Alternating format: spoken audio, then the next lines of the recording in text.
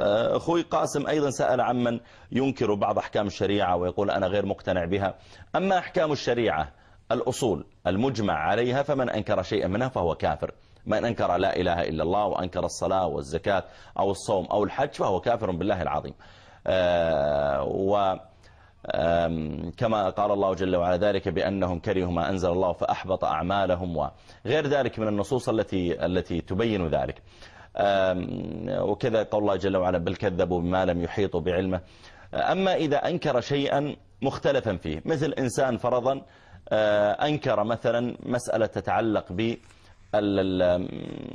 مثلا الإسبال، قال أنا أنكر أن الإسبال محرم مطلقا بناء على أن بعض العلم يقول الإسبال إذا كان للخيلاء فإنه الكبر للخيلاء أنه محرم، وإذا كان لغير الخيلاء أنه غير محرم، وهو قول لبعض أهل العلم، وإن كان الصحيح أن الإسبال محرم مطلقا.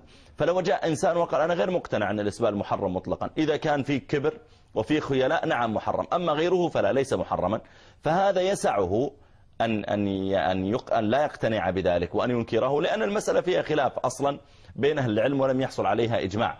أو لو أن إنسانا مثلا أنكر شيئا آخر، جاء مثلا وأنكر وجوب تغطية المرأة لوجهها وقال أنا غير مقتنع أنها تغطي وجهها، جاء إلى أشياء أصلا مختلف فيها، فهذه لا بأس به.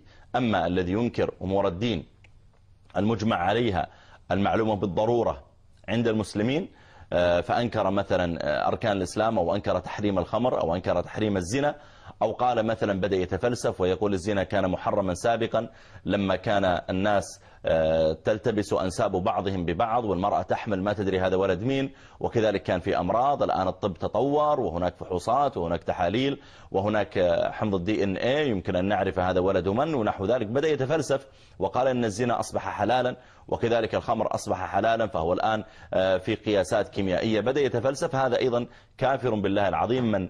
من أحل شيئا حرمه الله أو حرم شيئا أحله الله فهو كافر بالله العظيم، وينبغي أيضا مناصحته في مثل ذلك.